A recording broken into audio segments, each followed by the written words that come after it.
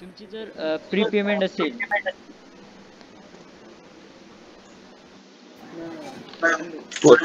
Pre payment असेल तर project verification मध्ये जायचं आहे तुम्हाला आणि तर प्रोसेस करायची. आता माझ्याकडे जे पेमेंट आहे ते पोस्ट पेमेंट आहे. तर पोस्ट पेमेंटसाठी आपलं प्रपोजल दिसणार आहे पेमेंट स्टेटस एंट्रीमध्ये, तिथं जायचं आहे. आता माझा जे प्रपोजल आहे ते लेआउट परमिशनचं आहे, म्हणजे लेआउट फायनलचं आहे.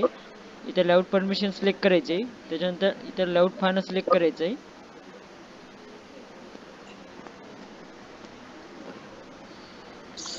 आणि इथं पोस्ट पेमेंट सिलेक्ट करायचं पेमेंट टाईपमध्ये. आपलं हे जे प्रपोजल आहे ते पोस्ट पेमेंट साठी आहे म्हणून मी तुम्हाला दाखवते. प्री आणि पोस्ट पेमेंट, प्री साठी आणि पोस्ट साठी सेम प्रोसेस आहे, फक्त तुम्हाला लक्ष द्यावं म्हणून आपण हे दाखवतो. फक्त थोडं लक्ष देऊन समजून घ्या, म्हणजे तुम्हालाही आणि ओनरलाही काही अडचण येणार नाही पेमेंट रिलेटेड. कसं काही काही तिकीट असे येतात की GRN नंबर CRN अपडेट होत नाही. त्याच्यानंतर काही असे चलन येतात की ते बाहेरून ग्रासच्या साईटवर जाऊन पेमेंट भरलेलं असतात आणि इथं जाऊन तुम्ही ते GRN CRN अपडेट करतात, तर ते होणार नाही. ती कशी प्रोसेस करायची काय करायचं ते तुम्हाला सर्व सांगता येईल. आपली जे प्रोसेस आहे आपली जे मालक स्वतः पैसे कसे भरू शकतो ते पण दाखवा, कारण मालकाला ऍक्च्युली हे पैसे भरायचे असतात. भरावे लागतात. सेम प्रोसेस आहे सर. आता बघा, हे मी टेक्निकल पर्सनची लॉग इन केलेलं आहे. जर ओनरच्या लॉग इन मधून करायचं असेल तर सेम प्रोसेस आहे. ओनरचं लॉग इन करायचं आहे. ओनरच्या लॉग इन मध्ये पेमेंट म्हणून ऑप्शन असतो, त्याच्यामध्ये ही सेम टॅब दिसणार तिथं. फक्त सेम मी जे प्रोसेस करणार आहे आर्किटेक्टच्या लॉग इनला, तिथं ती ओनरच्या लॉग इनला जाऊन सेम प्रोसेस करायची. ठीक आहे. आता हे माझं इथं पे ऑप्शन दिसतंय. हां, हे पे ऑप्शनवर क्लिक करायचं आहे.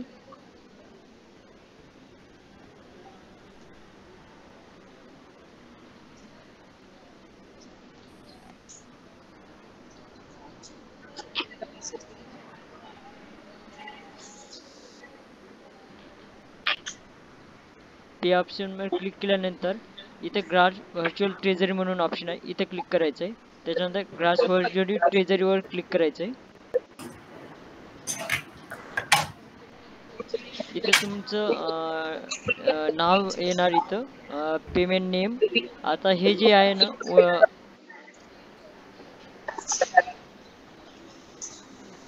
इथं ते जे रिसिप्ट आपली म्हणजे जे पेमेंटचं इन्फॉर्मेशन इथं शो होईल.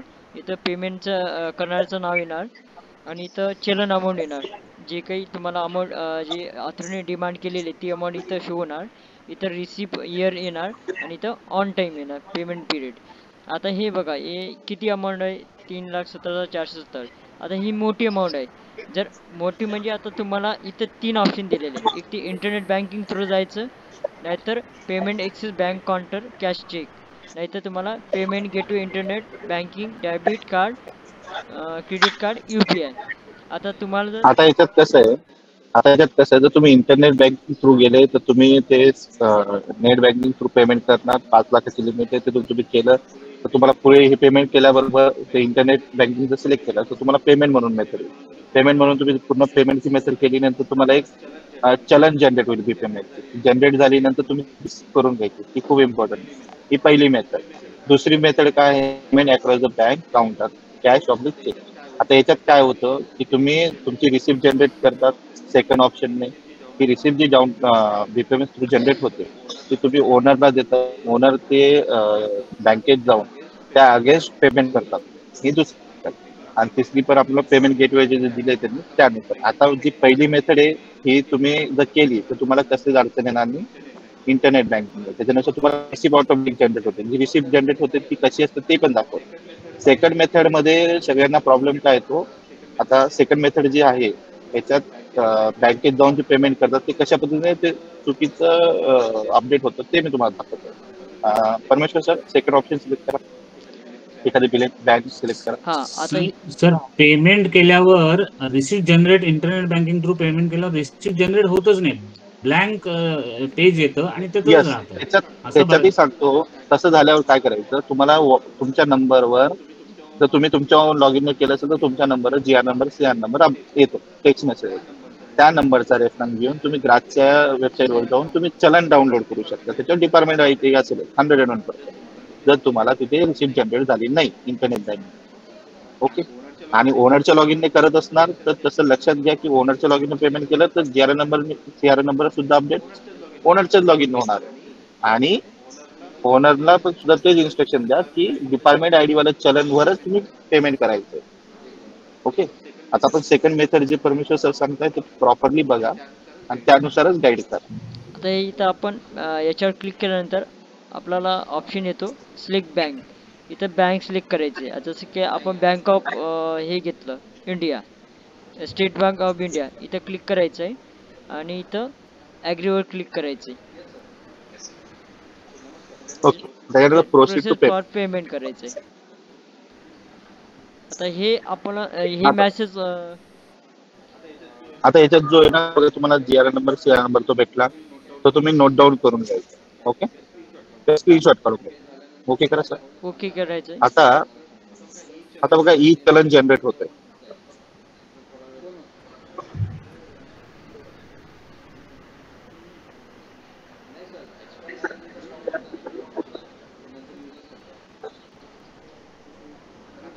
आता बघा सर याच्यात चलन जे जनरेट झालं त्याच्यानुसार खाली बघा तुम्हाला डिपार्टमेंट आयडी दिसलं. सर्वांना डिपार्टमेंट आयडी दिसते का? सर्वांना डिपार्टमेंट आयडी दिसतं का? हो दिसतंय सर. दिसतंय सर. याचा अर्थ काय की तुम्ही आता हे जेव्हा डाउनलोड करून कॅश काउंटर म्हणजे बँकेत जाऊन पेमेंट करणार तर हे डाउनलोड करायचं. ओनरला किंवा तुम्ही जाताना पेमेंट करताना त्या बँकेत हे सांगायचं की ह्या चलन अगेन्स्ट पेमेंट करा. हे डिपार्टमेंट आयडी बघा 1904 जे लास्ट मध्ये आहे त्याचा बेनिफिट आणि त्याचा यूज कुठे होतं ते मी तुम्हाला लास्ट मध्ये दिला. याच्या अगेन्स्ट बँकेत जाऊन त्यांनी जर सांगितलं की तुम्ही ग्राहकच्या वेबसाईटने चलन डाउनलोड करा आणि ती द्या तसं करू नका. ही आहे डिपार्टमेंट आयडी वाली चलन लागेल. त्याच्या व्यतिरिक्त कोणत्याच चलन थ्रू तुम्ही पेमेंट करायचं नाही जर तुम्ही कॅश काउंटर मेथड यूज करणार असणार तर. एक नंबरचा ऑप्शन इंटरनेट बँकिंग करणार असणार तर त्याला काय अडचण येणार नाही. तुमच्याकडे CR नंबर GR नंबर येईल तुमच्याकडे. तुम्ही चलन ग्राहकच्या वेबसाईटने जाऊन ते डाउनलोड करू शकता. जे आता तुम्हाला दिसतं डिपार्टमेंट आयडी तुम्ही डाउनलोड करू शकता आणि त्याच्याने कसं अपडेट करायचं तेही दाखवतो. परमेश्वर सर त्याच्यानंतर एक अजून सांगतो तुम्हाला. आता ही जे तुम्ही कॅश काउंटर चलन जनरेट केली BPMS मधून, हे जेव्हा बँकेत जातं याची पण व्हॅलिडिटी असते. तिथं बँकेवाल्याने जर बोललं याची एक्सपायर झालेली ही रिसिप्ट एक्सपायर झालेली तर तुम्हाला तिथं जाऊन परत ही जनरेट करायची रिसिप्ट रिजनरेट तिथे करायचं. जायची. काही असे तिकीट आले होते किंवा कॅश काउंटरची इथून काढली म्हणजे BPMS मधून, पण ओनरनी ही रिसिप्ट न देता जे आपली ग्रास साईट आहे त्याच्यावर जाऊन जनरेट केलेली रिसिप्ट त्या रिसिप्ट थ्रू पेमेंट केलं तर त्याच्यामध्ये डिपार्टमेंट आयडी नसतो. तर एक लक्षात घ्या, हे जरी एक्सपायर झाली तर तुम्ही परत BPMS मधूनच ही चलन जनरेट करा कॅश काउंटरची. सर्वांना हा पॉइंट समजला, लक्षात आलं?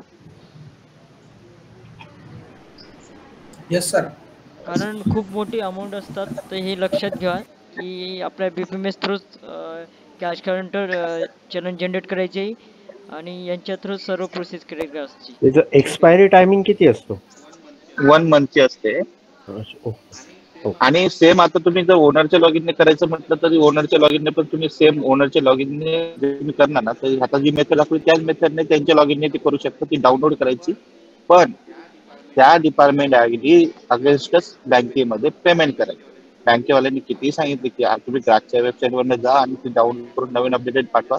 त्याच्या थ्रू करणार तुमचे जे इश्यू असतात पेमेंट अपडेट होत नाही तो त्याच्यात तुम्हाला अडचण होईल. 100 मध्ये एक केस असते की जे ऑफलाईन चलन डाउनलोड करून ते करतात आणि सगळं त्यांना अडचणीचा भाग. ओके. आता बघा हा डिपार्टमेंट आयडी कुठे तुम्हाला रिफ्लेक्ट होईल ते दाखवतो मी. परमेश्वर BPMS ते बाजूला लॉग इन करा.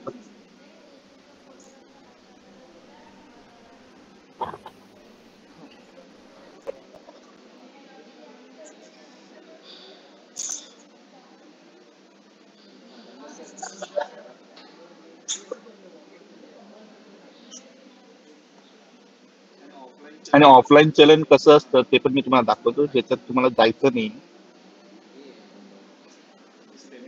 पेमेंट मध्ये जा सर. परत तिथंच जायचं आपलं जे ज्या प्रपोजलचे आपण पेमेंट भरत आहे तो प्रोपोजल सिलेक्ट करायचा आहे. आता बघा याच्यात आपण तिथे चलन जनरेट झालं, वरती जे चलन आहे त्याच्यात डिपार्टमेंट आयडी बघा बरं, त्याच्यावर क्लिक करा, अपडेट ग्राफ क्लिक करा सर. हा आता बघा चलनवर डिपार्टमेंट आयडी, एक मिनिट चलनवरचं डिपार्टमेंट आयडी दाखवा सर त्यांनी. चलनवर वरती वरती वरती चलन हे बघा ही आपली चलन मध्ये जे डिपार्टमेंट आयडी आहे जी आता जनरेट केलेली.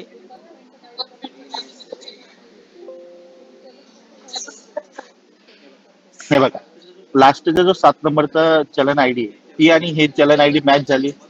मग तुम्ही याच्या अगेन्स्ट जेव्हा तुम्ही अपडेट करणार, ते अपडेट करताना कसं करायचं, तो डिपार्टमेंट आयडी आणि ह्या डिपार्टमेंट 7 नंबरच्या याला क्लिक करायचं, ऍक्शनवर त्याच्यावर क्लिक करायचं. नंतर गेट जीआयएन नंबर जो आहे, गेट ग्रास बँक सीआयएन नंबर त्याच्यावर क्लिक करायचं, गेट जीआयएन नंबरवर क्लिक करायचं आणि मग त्याच्यानंतर तुमचं एक सक्सेसफुली सबमिटेड पेमेंट असा एक मेसेज. आता बघा ही मेसेज जीआरएन नंबरवर क्लिक करतो.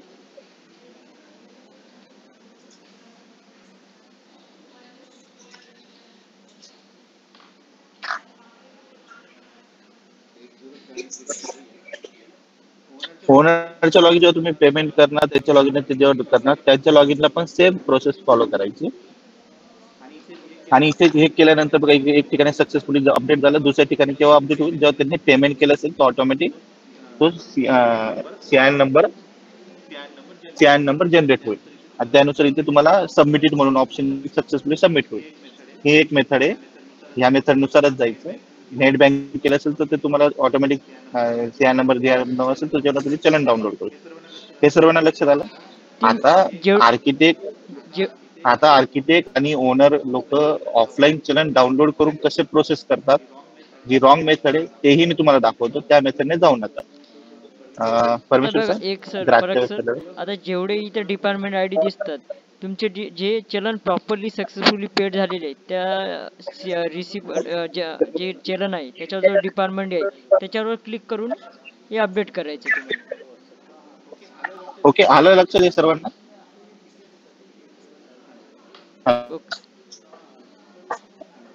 हॅलो सर, हे लक्षात आलं. आता ऑफलाईन कसं ते पेमेंट करतात, ही मेथड यूज नाही करायची. रॉंग मेथड जी तेही दाखवतो.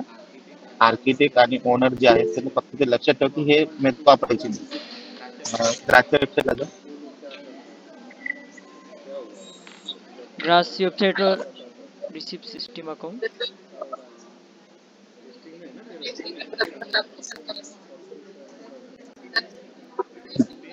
पे विदाउट रजिस्ट्रेशन याच्यावर क्लिक करतात.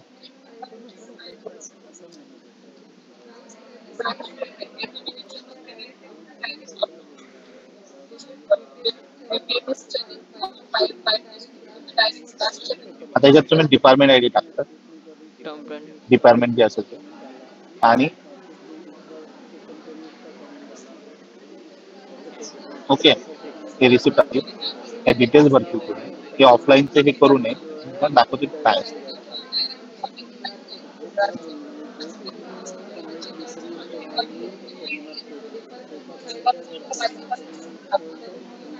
आता बघा हे मी चलनची जे ग्रासची प्रोसेस आहे मी दाखवत आहे. डिस्ट्रिक्ट घेतात, त्याच्यानंतर ऑफिसचं नेम घेतात, त्याच्यानंतर इथं स्कीम मध्ये अदर आयटम्स घेतात आणि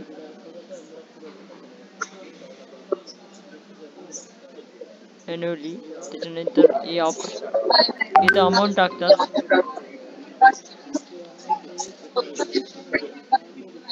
टोटल अमाऊंट, इथं ओनरचं नाव वगैरे टाकतात ते XYZ, मोबाईल नंबर टाकतात.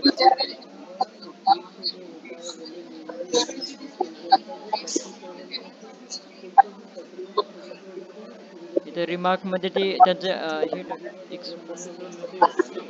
हा, त्याच्यानंतर तिथं ऑप्शन असतात त्यांना पेमेंट करण्याचे. सेम आपले जे BPMS मध्ये ऑप्शन येतात ना, ते सेम ऑप्शन येतात आणि इथून जाऊन पेमेंट केलं तर ते आपल्या BPMS मध्ये एक्सेप्ट होत नाही. मग याच्यात काय करतात ते बँकवाले सांगतात कॅश, आणि याच्यात जा बरं सेकंड ऑप्शन, इथून ते मॅन्युअली डाउनलोड करतात.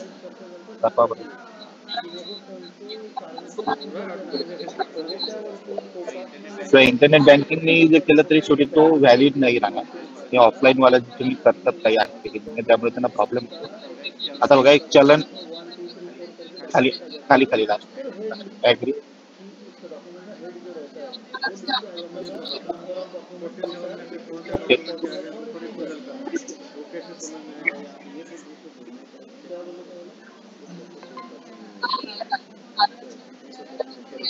हे बघा इथे आता चलन जनरेट झाली. आता याच्यात बघा तुम्हाला इथे डिपार्टमेंट आयडी आणि तुम्हाला बीपीएमएस मध्ये पेमेंट जे सक्सेसफुली अपडेट करायचे जीआरआर नंबर ते डिपार्टमेंट आयडी मागतं. तुम्ही इथून पेमेंट करणार जितकेही तुमचं पेमेंट असेल तो तिथे कॅच होणार नाही तो आयडी. त्यामुळे ते तुमचं प्रपोजल सबमिट पण होणार नाही. प्री पेमेंट साठी असो ते पोस्ट पेमेंट साठी. हे ऑफलाईन चलन म्हणजे ज्याला जिथे डिपार्टमेंट आयडी नसेल ते ऑफलाईनच चलन. त्यासाठी आम्हीही काही करू शकणार नाही. तुमचेही हाल होते. सगळ्यात महत्वाचं आहे यासाठी तुम्ही तिकीट पण म्हणजे तिकीट आल्यानंतर पण आम्ही काही करू शकत नाही. कारण हे बघा ना इथं तुम्हाला सर्व गोष्टी आता प्रॉपरली सांगितलेलं आहे. असं मिस्टेक करू नका. इथं बघा हे चलनमध्ये डिपार्टमेंट आयडी शो झालेला आहे कारण हा आपण बीपीएमएस मधून जनरेट केलेला आहे आणि हे आपण ग्रास साईटवरून जनरेट केलेले चलन आहे. हे सर्वांना लक्षात आलं प्रॉपरली. हो सर. हा तुम्ही बँकेवाल्यांनी जर सांगितलं की तुमची ती चलन एक्सपायर झाली तर तुम्ही तुमच्या बीपीएमएस मधूनच जा. तिथून व्हॅलिड डिपार्टमेंट आयडी वाली चलन डाउनलोड करा. ती ओनरला द्या. ओनरच्या लॉगिनने जरी गेले त्यांना तेच मेथड दाखवा. ते ग्राहकच्या वेबसाईटला जाऊन तसं करू नका. नेट बँकिंगने जर तुम्ही पेमेंट तुमच्या लॉगिनने करणार असणार तर तुम्ही म्हणा की चलन जनरेट झाले नाही तर नेट बँकिंगने करताना मग जीआर नंबर सी नंबर येतो टेक्स्ट मेसेज तिथून तुम्ही चलन डाउनलोड करू शकता. डिपार्टमेंट आयडी असणं कंपल्सरी आहे. ओके सर मी हा आपले 2 टॉपिक होते. दोघं टॉपिक पेमेंट होतं